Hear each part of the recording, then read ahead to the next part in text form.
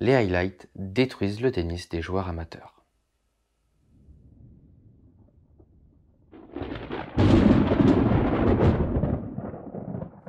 Il va falloir nous en dire un peu plus là.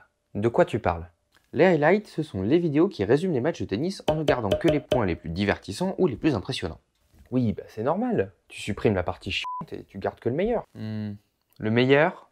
Vraiment? Bon, explique-toi s'il te plaît. Pour ça, on va avoir besoin d'un exemple. Pour moi, l'exemple le plus frappant de la saison dernière, c'était la finale de l'US Open opposant Thiem à Zverev. Comme beaucoup de personnes en France, même les plus grands fans de tennis, j'ai pas vu le match en direct. En général, un dimanche au milieu de la nuit, je dors. Alors, j'ai regardé le résumé le lendemain. Et waouh, mais quel match! Il y avait tout pour du grand spectacle! Des émotions, des retournements de situation, et même une tension monstrueuse jusqu'au dénouement final. Mais le match complet a duré 4 heures. Le résumé, qui faisait quand même 40 minutes, n'a gardé que le meilleur. Ah ouais, 40 minutes sur 4 heures, ça fait quoi? Ça fait un sixième seulement?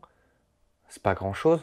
Et sur ces morceaux de match, j'ai compté 115 points. 81 coups gagnants, avec 13 aces et 6 matchs, et 34 fautes, dont seulement 13 directs et une double faute. La quasi-totalité des fautes étaient sur des points importants du match, comme des balles de jeu ou des balles de set. Et la double faute, c'était sur une balle de tie-break. 115 points et 81 coups gagnants. Y a pas comme un problème? Comme ceux qui regardent cette vidéo sans être abonnés à la chaîne. Allez, vous connaissez la chanson, le bouton, la cloche, et on n'en parle plus.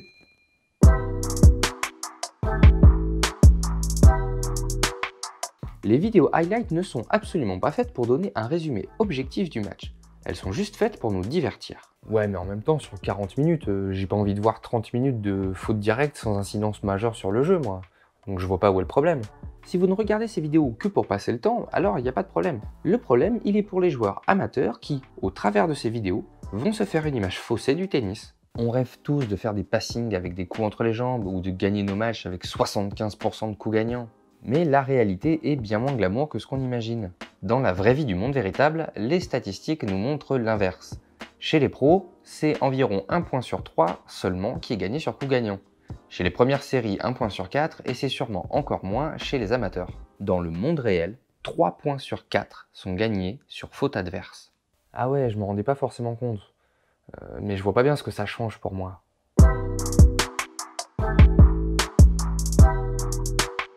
Les statistiques nous montrent que 3 points sur 4 sont gagnés sur une faute adverse.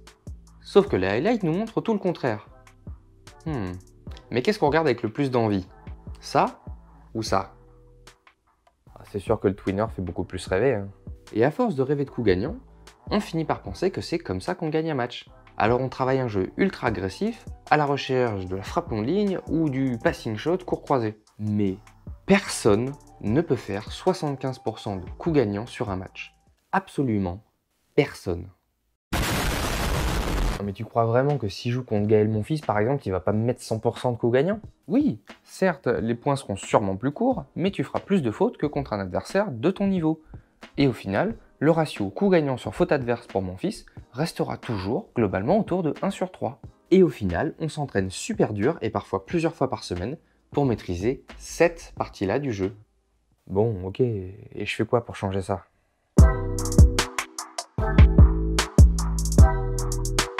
Premièrement, nous avons tous intérêt à augmenter notre seuil de régularité, apprendre à remettre une balle de plus que l'adversaire dans le terrain.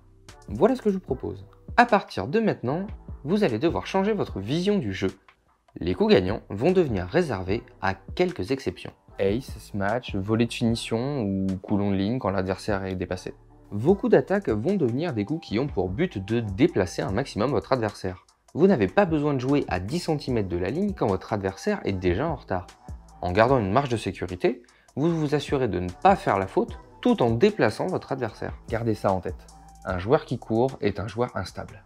Et plus vous déplacez votre adversaire, plus il a de chances, ou plus de risques d'ailleurs, de faire la faute. Et quand vous tombez sur un adversaire qui domine l'échange et que vous prenez quelques coups gagnants, ne baissez pas les bras et gardez les statistiques dans un coin de votre tête. 3 points sur 4 se font sur une faute, pas sur un smash. Soyez patient quand vous êtes sous pression, soyez actif quand vous dominez l'échange pour provoquer la faute ou créer une occasion simple pour un coup gagnant. Et vous claquez un smash sur le pouce bleu. Et maintenant, c'est à vous de jouer. Parce que 81 points Parce que 81... Parce que 80... Ah, 81 points gagnants. 81 coups gagnants. Parce que 81 points... Non. Parce que 81 coups gagnants sur 115 points, c'est quand même très loin de la réalité.